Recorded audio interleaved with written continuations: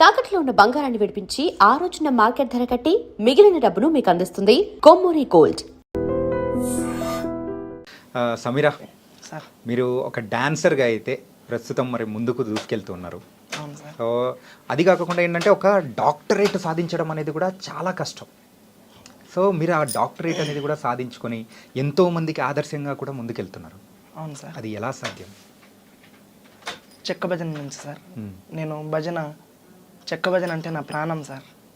నేను ఎటువంటి వేరే ఆలోచన ఏం పెట్టుకోకున్నట్ల భజనే నా జీవితం అనుకొని గురువులకు నమ్ముకొని నా ఒక ప్రాణం ఇది చేస్తున్నదే చెక్క భజన గురువులందరూ. వాళ్ళ నుంచి నన్ను ఆదరిస్తున్న యూట్యూబర్స్, ఇన్స్టాగ్రామ్స్, నా ఫాలోవర్స్ అందరి నుంచి నేను ఈ పేరు సంపాదించుకొని వాళ్ళు ఆదరిస్తున్నందుకు నేను డాక్టరేట్ సంపాదించుకున్నాను సార్. కేవలం ఒక డాక్టరేట్ అంటే పర్లేదు, కానీ సో 2 డాక్టరేట్లు, అది కూడా ఏంటంటే ఊరికే ఎవరికి పడితే వాళ్ళకి డాక్టరేట్ అనేది కూడా ఇవ్వరు. మీరు ఆ కళారంగానికి చేస్తున్న సేవను తాను తగ్గట్టు కూడా ఇచ్చారు. అండ్ ప్రస్తుతం అయితే సో మీ వీడియోస్ కానీ ఇవన్నీ మేము చూస్తూ ఉంటాం. సో మీరు ఒక ట్రాన్స్జెండర్గా తర్వాత మారిన తర్వాత అయినా కానీ సో ఈ రంగంలోకి మెయిన్గా ఒక డాన్సర్గా రావడానికి గల రీజన్స్ ఏంటి? ఇట్లా మేము పల్లెటూరులో పుట్టినాం సార్. ఏ ఊరమ్మా? మాది గుత్తి పక్కన విలేజ్ గుండాల తాండా సార్. గుండాల తాండా, ఎర్రగుడి గుండాల తాండా. ఓకే. అట్లా ప్రోగ్రామ్స్ ఉండే చెక్క భజన, అట్లా అక్కడ ప్రోగ్రామ్స్ మేము చూసేకపోయి పలాని డాన్సర్గా మేము తయారు కావాలి, ఇదే ఎట్లా ఉండాలి, నేను డాన్సరే కావాలనే పట్టుబడి నేను ఆ ప్రోగ్రామ్ చూసి నేను కూడా ఇట్లా ఇంతమంది జనాల్లో నేను కూడా కనబడాలి కదా అనే పట్టుతో నేను ప్రోగ్రామ్ నేర్చుకున్నాను సార్. కానీ ఎప్పుడైనా కానీ ఒక కళారంగం వైపు వెళ్తున్నాము అంటే తల్లిదండ్రులు ఖచ్చితంగా ఎందుకు మనకెందుకు, యూజువల్గా అయితే మా పల్లెటూర్లలో కానీ టౌన్లలో ఉన్న తల్లిదండ్రులు ఎలా ఉంటారు, వాళ్ళ ఆలోచన విధానం వేరుగా ఉంటుంది. అవును సార్. సో వాళ్ళు ఏమన్నా అబ్జెక్షన్ చెప్పడం అట్లా ఏమన్నా ఉండిందా? అది అని నేను నా స్వతంత్రంగానే నేను ఇట్లున్నాను కదా, ఎందుకు ఇట్లనే నా పేరు ఎందుకు ఇది చేసుకోవాలా, నా తల్లిదండ్రులకి నేను ఇట్లా నేను పేరు పోగొట్టేసినాను, నేను ఒక స్థాయిలో ఉండాలా అనే ఆలోచనతో నేను ప్రోగ్రాంలు పట్టుకునేసినాను సార్. ఓకే. సో అలా పట్టుకొని మరి ముందుకు వెళ్తున్నారు. అవును సార్. యా. కానీ మీకు అంటే ఏ ఏజ్లో తెలిసిందమ్మా మీరు ఇట్లా అని చెప్పేసి? నాకు ఒక 13-14 ఇయర్స్లో సార్. 13-14 ఇయర్స్. సో యూజువల్గా అయితే ఇలా అనేటప్పటికీ ఖచ్చితంగా తల్లిదండ్రులు కానీ చుట్టూ ఉన్న బంధువుల విషయాలకు వచ్చేటప్పటికి ఖచ్చితంగా అబ్జెక్షన్లు, గొడవలు, తిట్లు అన్నీ ఉండనే జరిగినాయి సార్ అవి. మరి ఇలా మారడానికి గల రీజన్ ఏమనిపించింది, ఎలా మారారు? హార్మోన్స్ ప్రాబ్లం నుంచి మారిపోయినాం. కానీ అంటే ఆపరేషన్ చేయించుకోవడం అనేది కూడా జరిగింది కదా? అవును సార్. నాకు ఒక 14 ఇయర్స్ ఉన్నప్పుడే నేను ఆపరేషన్ చేయించుకున్నాను. అట్లే ఈ జన్మలో ఉన్నాను కదా, ఎందుకు ఇట్లనే ఉండాలా అని ప్రోగ్రాంలు నా ఇంట్రెస్ట్ అంతా, నేను అంతే ప్రోగ్రామ్, నా చెక్క భజనే నా కళ, నా జీవితమే కళకు దారిపోసేసినాను సార్. అండ్ మరి మీరు మారిన తర్వాత సో ఇంట్లో వాళ్ళు మిమ్మల్ని బాగానే యాక్సెప్ట్ చేశారా? బాధపడినారు సార్, కొన్ని రోజులు బాధపడినారు. ఓకే. ఎందుకు వద్దు అది ఇది అని. ఎన్ని రోజులు మరి అట్లా బాధపడ్డారు? ఏంటి వాళ్ళు కంప్లీట్ యాక్సెప్ట్ చేయడానికి ఎన్ని రోజులు పట్టింది? 4-5 ఇయర్స్ వరకు చాలా ఇది అయిపోయినారు అమ్మ నాన్న. వాళ్ళకి ఎందుకు ఇది చేయాలా అని చెప్పేసి నేనే కొంచెం సింగిల్గా ఉండిపోయినా. సింగిల్గా ఉండి కూడా నేను ఎక్కడ బయట బెగ్గింగ్స్ కానీ అటువంటి ఆలోచనలు ఏం పెట్టుకోలే. ఇదే ఈ జన ఆకర్షణ బట్టి నేను ప్రోగ్రాంలు బట్టి నేను ప్రోగ్రామ్తోనే దూసుకెళ్ళిపోతున్నాను సార్. అంటే మీకు నార్మల్గా ఈ చెక్క భజన కానీ డాన్సింగ్ కానీ ఇలాంటివన్నీ ఏ ఏజ్ నుంచి మొదలైంది? నేను 14 ఇయర్స్ దాటిన తర్వాత ఒక 1 ఇయర్ నేను ఇంటికాడున్నాను సార్. తర్వాత రమాదేవి అని ఒక ఆమె భజన డాన్సర్ అనమాట. రమాదేవి తర్వాత ఆమెకు చూసి నేను కదా ఈ ప్రోగ్రాంలు మనం చేస్తే మనకి ఇంతమంది చూస్తారు కదా, గురువులు ఇంత మంచి గురువులు ఉన్నారు, వాళ్ళలో నేను ఒక వాళ్ళ బిడ్డగా నేను పొందాలి ప్రోగ్రాంలలో అని అనుకొని నేను ప్రోగ్రాంల మీదే నా ఇంట్రెస్ట్ అంతా ప్రోగ్రాంల మీదే పెట్టేసినాను సార్. ఏంటంటే సో మీరు మనము ఇంటర్వ్యూ స్టార్ట్ చేసినప్పటి నుంచి మీరు ప్రోగ్రామ్స్, డాన్స్ ప్రోగ్రామ్స్ అని ఇట్లా ఎక్కువ సార్లు కూడా అంటున్నారు. అసలు ఆ ప్రోగ్రామ్స్కి వెళ్ళాలి అని అంటే ఫస్ట్ ఒక స్టార్టింగ్ పాయింట్ అనేది కూడా ఉంటుంది. ఫస్ట్ ప్రదర్శన అనేది కూడా మీరు ఎక్కడ ఇచ్చారు? మేము ప్రోగ్రామ్స్ సార్ మేము బళ్ళారి సైడ్ చేసినాం సార్. బళ్ళారి సైడ్ చేసినప్పుడు అక్కడి నుంచి రెస్పాన్స్ ఎలా ఉంది ఏంటి? అది అప్పుడు ప్రోగ్రామ్ డాన్సర్స్కి అమౌంట్ తక్కువే, మాకు ఛార్జీలకి ఇచ్చినా కూడా ప్రోగ్రాంల కోసమే మేము పోయి ఇది నేర్చుకోవాలా, డబ్బుకు చూసుకోకూడదు అనేసి చెక్క భజనకి ఇది చేసినాం సార్ మేము. ఓకే. స్టార్టింగ్లో మాకు ఛార్జీలకి ఇచ్చి పంపించినా కూడా మ్మ్. ఈ ప్రోగ్రామ్ మా సొంతం కావాలా, మ్మ్. కళ ఎవరిది సొంతం కాదు కదా అని చేసి కళకు నమ్ముకొని ముందుకు పోతున్నాం సార్.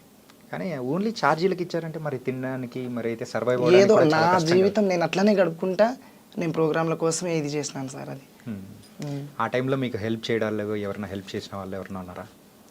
ఇప్పుడు మామూలుగా చెక్క భజన గురువులే ఉన్నారు. మ్మ్. గురువుల నుంచే మేము బ్రతుకుతున్నదే చెక్క భజన గురువుల నుంచి సార్. మాకు ఎటువంటి మేము ఎక్కడ ఏం పనికి వెళ్ళలేము, ఎక్కడ పోలేము. మేము చెక్క భజన గురువుల నుంచే మేము డ్యాన్సర్స్గా అయి మేము బ్రతుకుంటున్నాం సార్. ఏది ఉన్నా మంచి చెడు ఉన్నా మేము చెక్క భజన ఫీల్డ్ నుంచే వాళ్ళ గురువుల నుంచే మేము బతుకుంటున్నాం సార్. ఓకే. యూజువల్గా అయితే చెక్క భజన అంటే మన రాయలసీమ సైడ్ కానీ అటు సైడ్ కానీ ఎక్కువ చూసామంటే పూర్వకాలం నుంచి ఎప్పటి నుంచో మనం చూస్తుంటాం చెక్క భజన అనేది ఫేమస్. కాకపోతే రాను రాను ఆ కళ అనేది తగ్గిపోతూ వస్తుంది. అవును సార్. సో ఎందుకు ఆ కళ అనేది తగ్గిపోతూ వస్తుంది అంటారు? అది చెక్క భజన నుంచి ఇప్పుడు కోలాటాలు అయినాయి సార్. కోలాటం నుంచి అది డ్రామాలు అవి ఇవి అవుతున్నాయి కదా. ఎక్కడో మారుమూల పల్లెటూర్లలో ఉంది చెక్క భజన. ఎన్ని ప్రోగ్రామ్స్ ఉన్నా చెక్క భజన అంత ఆనందం ఎక్కడ ఉండదు సార్. అది మా పట్టు. చెక్క భజనలో ఇంత ఇది ఉన్నారా, ఇంతమంది చూస్తున్నారు కదా మమ్మల్ని, మేము ఈ స్టేజ్లోనే ఎందుకు ఉండాలా, ఇప్పుడు పల్లెటూర్లలోనే ఎందుకు ఉండాలా అని యూట్యూబ్ ఛానల్ క్రియేట్ చేసినాం సార్ మేము. ఓకే. యూట్యూబ్ ఛానల్ క్రియేట్ చేసి 1కి 2 ఛానల్ క్రియేట్ చేసినాం.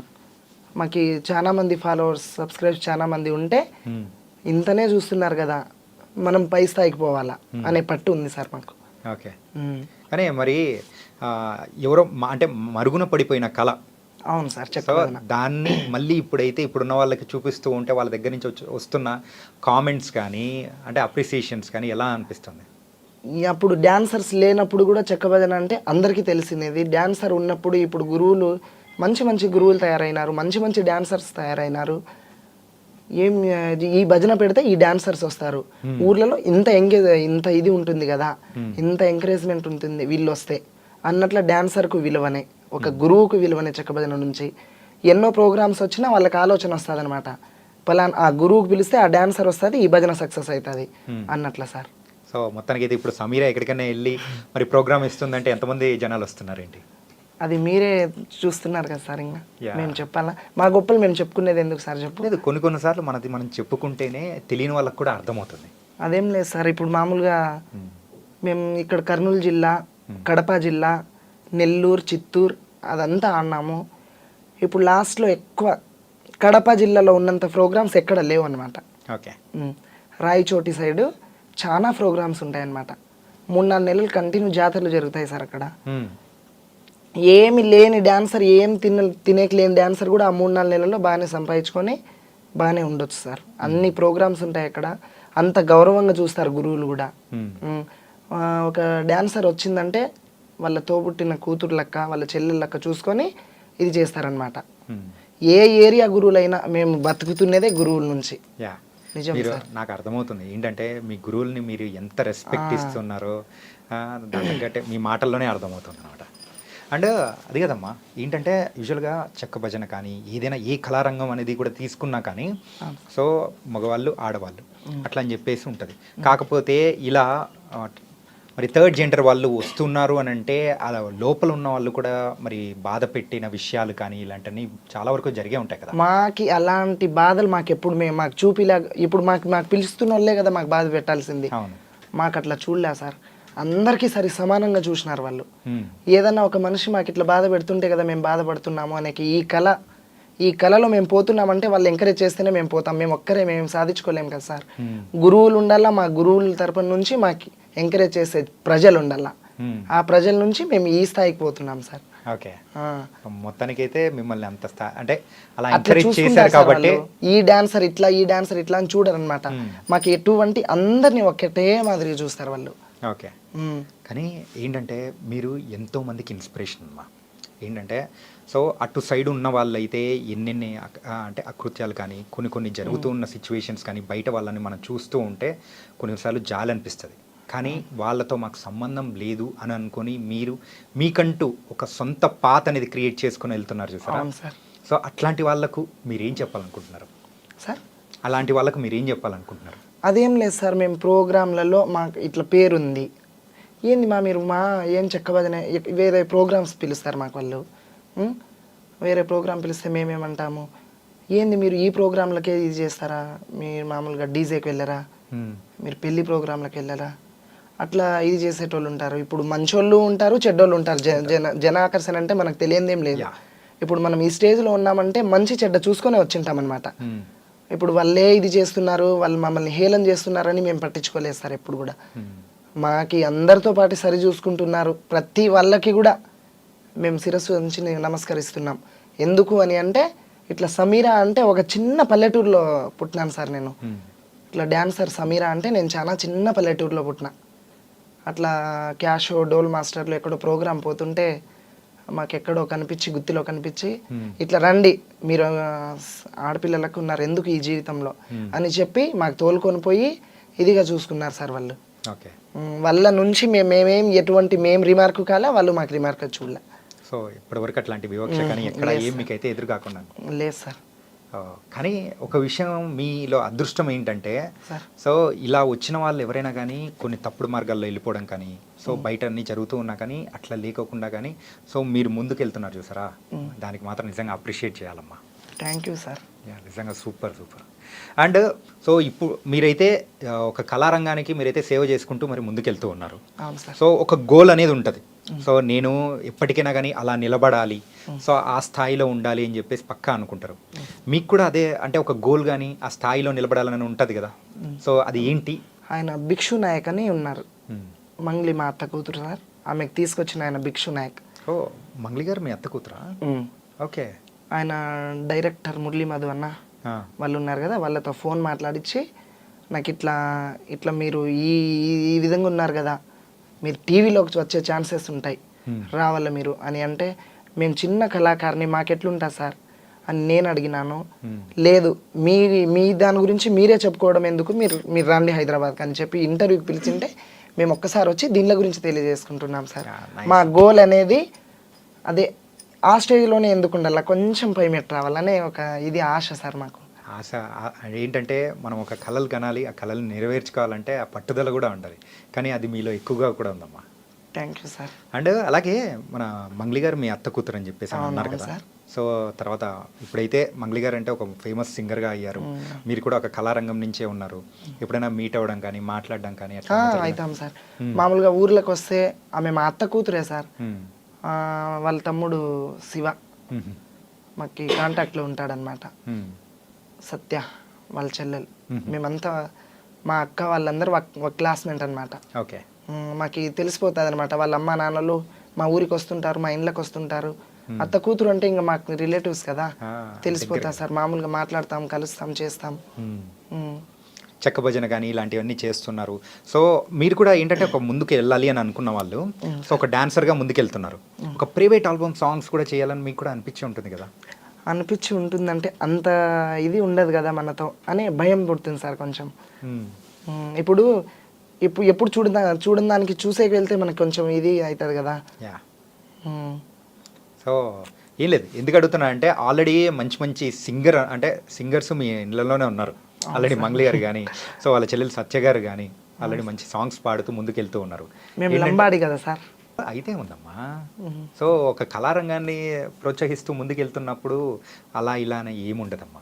సో ముందుకెళ్తూ ఉన్నారు హ్యాపీగా. ఏంటంటే సో మంగ్లీ గారితో కూడా ఒక సాంగ్ పాడిచ్చి కూడా మీరు డాన్స్ వేసి అట్లా ముందుకెళ్ళారంటే ఇంకా బాగుంటుందేమో అని కూడా అనిపించి అడుగుతున్నాను అనమాట. ఫ్యూచర్లో చేద్దాం సార్. యా, మనం అంత సక్సెస్, మన బతుకు బాగుంటే ఖచ్చితంగా సాధిద్దాం సార్. ఓకే. అండ్ మీకు డాక్టరేట్స్ అనేది కూడా వచ్చాయి. అండ్ సో ఒక డాక్టర్, మరి మీ పేరు ముందు కూడా ఒక డాక్టర్ అనేది కూడా పెట్టుకునేంత అర్హత అనేది కూడా సాధించుకున్నారు. సో మీరు ఏం చదువుకున్నారు? నేను 9th క్లాసే చదువుకున్నాను సార్. 9th class. ఎందుకు ఆపేశారు చదువు అనేది కూడా? ఏదో నాకు ఇంట్రెస్ట్ పుట్టలా, నా హార్మోన్స్ ప్రాబ్లం అయ్యి నేను అటు వెళ్ళిపోయినాను. కానీ చదువు అంటే నాకు ఇంట్రెస్ట్ లేదు సార్. ఓకే. చదువు అనేది ఇంట్రెస్ట్ లేకుండానే ఆపేసి ఈ కళారంగం అయిపోయిన తర్వాత. ఓకే, నైస్ మా. ఏంటంటే సో మీరు ఇంత చేస్తూ ముందుకెళ్తూ ఉన్నారు. సో కానీ ఏంటంటే ఆ డబ్బు విషయంగా పరంగా కూడా ఎక్కడో ఒక చోట మనకు పడిన బాధలు అనేది కూడా ఉంటాయి కదా ప్రోగ్రామ్స్ లేని టైంలో. అవును సార్. సో స్టార్టింగ్ మీ కెరియర్ స్టార్టింగ్లో కూడా సో డబ్బు లేకోకుండా ఇబ్బంది పడిన సందర్భాలు కానీ అట్లా ఏమైనా ఉన్నాయా? దండిగా ఉన్నాయి సార్. ప్రోగ్రాంలు జరగవు. ఇప్పుడు కరోనా టైంలోనే ఎక్కడ లేకోకుండా ఎట్లా కూర్చునేసినాం ఇంటికాడే. అవునా? బయటికి తిరిగే సిచ్యువేషన్లో లేము ఇప్పుడు, మీకైనా మాకైనా. యా. ప్రోగ్రాంలు లేకోకున్న టైంలో నేను బయటికి ఎక్కడ పోలేదు సార్. మామూలుగా తల్లిదండ్రి మీదే ఆధారపడి బతికిన. తల్లిదండ్రినే చూసుకున్నారు సార్ ఆ టైంలో నాకు. నేను ఎటువంటి సమస్యల్లో అయినా చాలా పేదరికం నుంచి పుట్టి బయటకు వచ్చినాం సార్ మేము. ఓకే. మా తల్లి తండ్రి చాలా పేదవాళ్ళు. ఆ పేదరికం నుంచి వాళ్ళు ఏం చేసినారో, నేను ఇట్లా ఉన్నా కూడా ఇంటి మీదే పోయి కూర్చునేసిన, నేనేం చేసుకోలేకపోయినా బయటికి పోయి అని చెప్పేసి ఇంటికాడే కూర్చునేసిన. అమ్మ నాన్ననే చూసుకున్నారు సార్ నాకు ప్రతిదీ. కానీ ఇప్పుడు వాళ్ళని ఎవరు చూసుకుంటున్నారు? నేనే చూసుకుంటున్నాను. అంతే కదా. ఇప్పుడు మన దగ్గర లేని టైంలో మనకు గుర్తొచ్చేది తల్లిదండ్రులే. అవును సార్. అలాంటి టైంలో మనకు బాగున్నప్పుడు మనం చూసుకోవాల్సిన ఎవరిని? వాళ్ళనే చూసుకుంటున్నా సార్. ఏదో నా అయిన కాటికి నేను కష్టపడి చూసుకుంటున్నా. యాజ్ ఎ డాన్సర్గా అయితే మీ కెరియర్ని మలుచుకొని మరి ముందుకెళ్తూ ఉన్నారు. అవును సార్. కాకపోతే మనల్ని ఎంత ఆకాశానికి లేపే వాళ్ళు ఉంటారో టక్కున రాయితో కొట్టే వాళ్ళు కూడా ఉండే ఉంటారు, విమర్శించేవాళ్ళు. అవును సార్. సో అలాంటి విమర్శలు కొన్ని మనం విన్నప్పుడు కూడా బాధపడి అక్కడే ఆగిపోయిన సందర్భాలు కూడా ఉంటాయి. ఖచ్చితంగా ఉన్నాయి సార్. సో మీ లైఫ్లో కూడా అట్లాంటిది ఏమన్నా? మామూలుగా ఈ కళారంగంలోనే నా ముందు గొప్పలు చెప్పుకొని, సమీరా ఇట్లా, సమీరా అంటే అట్లా, సమీరా వస్తే ఇట్లా అని చెప్పి నేను వెళ్ళిన తర్వాత వాళ్ళతో ఒక మాట చెప్పి, వాళ్ళు వచ్చి నా ముందర చెప్పి నేను ఏడ్చుకొని ఉన్న రోజులు, వాళ్ళ కోసం నేను ప్రోగ్రాంలు ఆపుకున్న రోజులు చాలా ఉన్నాయి సార్. ఆ ప్రోగ్రాంలలో నేను సింగిల్గా పోతే నన్ను హేళన చేసి, నన్ను కించపరిచి, వాళ్ళని ఇట్లా చేయాలా అట్లా చేయాలా అని వాళ్ళు మాట్లాడి నన్ను ఇది చేసిన రోజులు చాలా ఉన్నాయి సార్ అవి. అయినా నేను దానిలోకి ఇది అనుకోకుండా, చేసిన వాళ్ళు నా వాళ్ళే, చేయని వాళ్ళు నా వాళ్ళే అని అనుకొని, అందరినీ నా వాళ్ళే అని అనుకొని ముందుకు పోతున్నాం సార్ మేము. కానీ ఎవరైనా కానీ ఎక్కడైనా ఆగిపోతుంటారు. కానీ మీరు ఆగిపోకుండా ముందుకు వెళ్ళడానికి ఎవరో ఒకరు వెన్ను తట్టి ప్రోత్సహించిన వాళ్ళు ఉంటారు కదా. ఇప్పుడు వాళ్ళని కొంచెం మనసులో పెట్టుకొని వాళ్ళతో మంచిగానే ఉండి, మంచిగా పక్కన పెట్టి, మళ్ళీ గురువులు, ఒక్క గురువుకే కాదు కదా మేము పోయేది, ఎంతోమంది గురువులు, చెక్కబదిన గురువులు. మేము డాన్సర్స్ చాలా మంది ఉన్నాము, గురువులు మేము డాన్సర్స్ ఒక 100 మంది ఉంటే 1000 మంది గురువులు ఉన్నారు సార్. ఇప్పుడు వాళ్ళు ఈ గురువుకి నేను పనికి రాకోకుంటే ఇంకో గురువు కన్నా పనికి వస్తా కదా. ఇప్పుడు వాళ్ళు ఏదో చెప్పి నన్ను ఆపేసినారు వాటికి, సరే అది బాగుంది, అక్కడే నేను ఆగిపోను కదా. నా జీవితం నేను ఏదో ఒక రకంగా ముందుకు సాగించుకోవాలి కదా సార్. మళ్ళీ నేను ఇట్లనే ఉండాలా అని చెప్పి అందరితో బాగుండి, నేను ఈ మన ఏరియా కర్నూలు జిల్లా కొన్ని ఏళ్ళు అన్నాను. ఇప్పుడు ఒక 4-5 ఇయర్స్ నుంచి నేను కడప రాయచోటి సైడ్ ఆడుతున్నాను సార్. అక్కడ కంటిన్యూ ఒక గురువుకే పోతున్నా అనమాట నేను. మీరు స్టార్టింగ్ నుంచి గురువులు అని చెప్పేసి మీకు ఎక్కడున్నా కానీ సపోర్ట్ ఇచ్చారని చెప్పేసి అంటున్నారు. అవును సార్. మరి అంత సపోర్ట్ ఇచ్చిన గురువులు ఎవరు, ఏంటి? ఇప్పుడు ఒక్కరు అని కాదు సార్, ఇప్పుడు అందరికీ నేను పనికొచ్చే డాన్సర్నే. డాన్సర్ అంటే ప్రతి ఒక్క గురువుకి పనికొచ్చేటోళ్ళే. అందరు గురువులు సపోర్ట్గా, మా కళాకారుల కుటుంబం చాలా ఒక తల్లి బిడ్డలుగా ఉంటాం సార్ మేము. ఒకరు ఏదైనా ఇబ్బంది వచ్చినా మేము అందరం ఒక గ్రూప్ అనేది ఉంటుంది మాకి. పలాని మనిషికి ఇబ్బంది ఉంది, పలాని మనిషి ఈ సిచ్యువేషన్లో ఉంది, ఆ మనిషికి మనం అందరం సహాయం చేసుకోవాలా అని చెప్పి మాట్లాడుకొని, మేము డాన్సర్లు, మేము గురువులు అందరు చాలా మంది కలిసి మేము తోచిన కాటికి సహాయం చేసుకొని మేము అందరం ఒక తల్లి కుటుంబం లెక్క మేము గడుపుకుంటాం అనమాట. ఇప్పుడు పలానా ఒక మనిషి బాగలేదు, మంచంలో ఉన్నాడు అని అనుకో, ఆ మనిషితో పోయి మేమందరం కలిసి మేమందరం డిసైడ్ చేసుకుంటాం అనమాట. ఒకసారి పలానా మనిషి దగ్గర మనం పోవాలా అట్లా అని. నాకు ఏదైనా ఇబ్బంది ఉందనుకో నేను గ్రూప్లో పెడతా, నాకు ఈ పరిస్థితి నాకు బాగలేదు సార్ అని. అట్లాంటి రోజులు చాలా ఉన్నాయి, నాకు చాలా హెల్ప్ చేసిన రోజులు ఉన్నాయి సార్. నాకు ఈ గురువు సరిగ్గా చూడలేడు అని నేను చెప్పలే, ఏదో సమయం సందర్భం బట్టి ఇప్పుడు ఇట్లా జరుగుతున్నాయే తప్ప ఫస్ట్ నుంచి ఇట్లా లేదు సార్. చాలా ఒక ఐక్యమత్యంగా ఉండి మేము భలే బాగా ఉండిపోయినాం సార్ అందరం. ఓకే. కానీ ఇంతకు మీకు సమీరా అని పేరు ఎవరు పెట్టారు?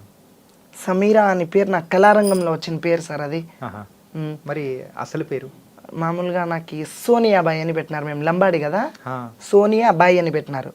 మామూలుగా సమీరా అని మా 3 అక్షరాల మీద పాటలు పాడతారనమాట.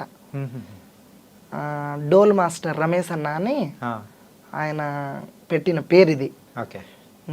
ఇట్లా రాంపల్లి సీను అన్న పాట పాడుతుంటే ఇట్లా సమీరా వచ్చింది సార్ అని చెప్పి వేరే పత్తికొండ సైడ్ విలేజ్లో అట్లా చెప్పి ఆయన పెట్టిన పేరు ఇది. ఈ పేరు నుంచే నాకు హ్యాపీనెస్ ఉంది సార్. ఇట్లా సమీరా అని అంటే ప్రతి ఒక్కరికి ఎక్కడ పోయినా, నువ్వు హైదరాబాద్, నువ్వు ఢిల్లీకి పోయినా నువ్వు డాన్సర్ సమీరా కదా అని అంటే నేను చాలా హ్యాపీగా ఫీల్ అయిపోతా సార్. ఆ పేరు మీదనే నేను చేసిన కష్టం కనబడదు అప్పుడు నాకు. యా మ్మ్. ఏంటంటే సో ఒక కళాకారులుగా మనం ఉన్నందుకు సో ఎవరైనా కానీ చప్పట్లు కొట్టారంటే సో మనం పడిన కష్టం అన్ని మొత్తం అన్ని మర్చిపోతూ ఉంటాం. అవును, అదే కదా సార్. యా మ్మ్. సో మరి చెక్క భజన గురించి మాట్లాడుకుందాం. చెప్పండి సార్. సో ఈ చెక్క భజన అనేది కూడా సో చాలా మంది వరకు తెలియదు. అవును సార్. సో అది ఎట్లా ఆడతారు ఏంటి దాని గురించి దాని హిస్టరీ ఏంటో కూడా చెప్పారంటే ప్రేక్షకులు ఉంటారు. హిస్టరీ అంటే సార్ అది మామూలుగా దేవుని కార్యక్రమంకి చెక్క భజన, లేకోకుంటే ఏదో కోలాటం అని పెడతారు. యా ఇప్పుడు కోలాటం పెడితే ఏముంటుంది, మామూలుగా ఆడపిల్లలతో జరుగుతుంది అనమాట, ఒక గురువు ఉండి డీజే కోలాటం. ఓకే. చెక్క భజనకు పెడితే ఏముంటుంది, ఒక గురువు ఓన్ వాయిస్తో పాటలు పాడి ఒకరు కాకుంటే ఇద్దరు డాన్సర్లకు పిలుచుకొని ఆయన ఒక్కడే చెక్క భజన గురువు, ఆయన ఓన్ కష్టంగా చేసి రాత్రంతా మామూలుగా నైట్ 9కి స్టార్ట్ అయితే పొద్దున 6, 7, 8 కూడా కావచ్చు సార్. ఆయన ఎంటర్టైన్మెంట్స్ చూపించి మైకులలో సొంతంగా పాట పాడి కష్టం చేసి చూపిస్తారు కనుక ఆ చెక్క భజన అంటే ప్రజల్లో ఇట్లా ఉంది కదా చెక్క భజన అంటే, ఒక మనిషి ఇట్లా స్వతంత్రంగా చూపిస్తాడు కదా, ఇవన్నీ మామూలుగా మైకులలో ఇది కాదు కదా అన్నట్ల చెక్క భజన నిరూపిస్తారు సార్. అంటే ఇప్పుడు ఈ చెక్క భజన చేసేటప్పుడు పాట కమ్ ఆట రెండు ఒకటేసారి చేస్తారు కదా. అవును సార్. సో నార్మల్గా మీరు కూడా అలాగే చేస్తారు. అవును సార్. అమ్మా ఏంటంటే ఒక ట్రాన్స్జెండర్గా నార్మల్గా చాలామంది కూడా బయట ఉన్నారు.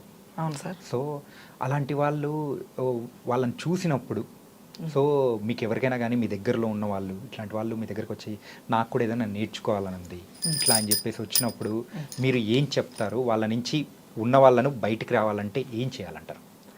మనం ఇదే జీవితంలో ఎందుకు నేను ఎంతో కష్టపడి నేను ముందుకు పోతున్నా, నీకు అదే ఇంట్రెస్ట్ ఉంటే నువ్వు రావచ్చు కదా అని వాళ్ళు నన్ను అడిగితే కంపల్సరీగా నువ్వు రా.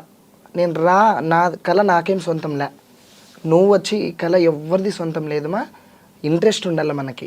ఆ ఇంట్రెస్ట్ని చూపించుకొని మనకి ఏదైనా కష్టం చేసి ప్రజలతో మనం ఇది చేసి అందరితో సంతోషంగా ఉండి నాకు ఒక్కదానికే కళ వద్దు, రండి మీరు కూడా. నేను ప్రతి ఒక్కరు నన్ను అడిగిన వాళ్ళకి నేను ఇదే మాట చెప్తానే తప్ప నేనే ఉండాలా ఇక్కడ, వాళ్ళు అట్లనే ఉండాలా ఆ చూపు నేను ఎప్పుడు చూడలేదు సార్ వాళ్ళకు. అందరు నా ఫ్యామిలీనే కదా అని అనుకొని పోల్చుకుంటాను అనమాట. సూపర్ మా. అండ్ ఏంటంటే సో ఇలా ఉన్నప్పుడు ఖచ్చితంగా ప్రపోజల్స్ కూడా ఎంతో మెసేజ్లు పెట్టడాలు అన్నీ వచ్చే ఉంటాయి కదా మీకు? నాకు ఆ విధంగా ఎవరు ఇదేం చేయలేదు సార్ ఇప్పటి వరకు. సో నన్ను ఒక డాన్సర్ లాగానే చూస్తారనమాట అందరూ. సో లైఫ్లో ముందుకు వెళ్ళాలంటే ఒక తోడు కావాలని ప్రతి ఒక్కరు కూడా కోరుకుంటూ ఉంటారు. అవును సార్. సో అట్లా మీకు కూడా తోడు కానీ అట్లా అనిపించిందా? అదేం లేదులే సార్. సో ఇప్పుడు తల్లి, తండ్రి, అన్న, తమ్ములు ప్రోగ్రాంలలో ఉన్నాము. ప్రోగ్రాంలకు పోయిన గురువునే నాకు అన్ని అందాలుగా చూసుకుంటారు వాళ్ళే. అదే తోడు సార్ నాకు ఎటువంటిది ఏం వద్దు. ఓకే. సో మొత్తానికైతే సో మీ లైఫ్ని ఇలా లీడ్ చేసుకుంటూ కళలకే సో అంకితం చేయాలని చెప్పేసి అనుకుంటున్నారు అన్నమాట. అవును సార్. ఓకే. సో మన ప్రేక్షకులకి కానీ సో ఎవరైనా మీ ఇన్స్టాగ్రామ్ కానీ లేకపోతే వాళ్ళ ఫాలోవర్స్ అందరూ ఉంటారు కదా, సో అక్కడ కొన్ని చెప్పలేకపోయినది ఇక్కడ మన ఈ వేదిక ద్వారా చెప్పాలనుకుంటుంది ఏదైనా ఉంటే చెప్పండి అమ్మా.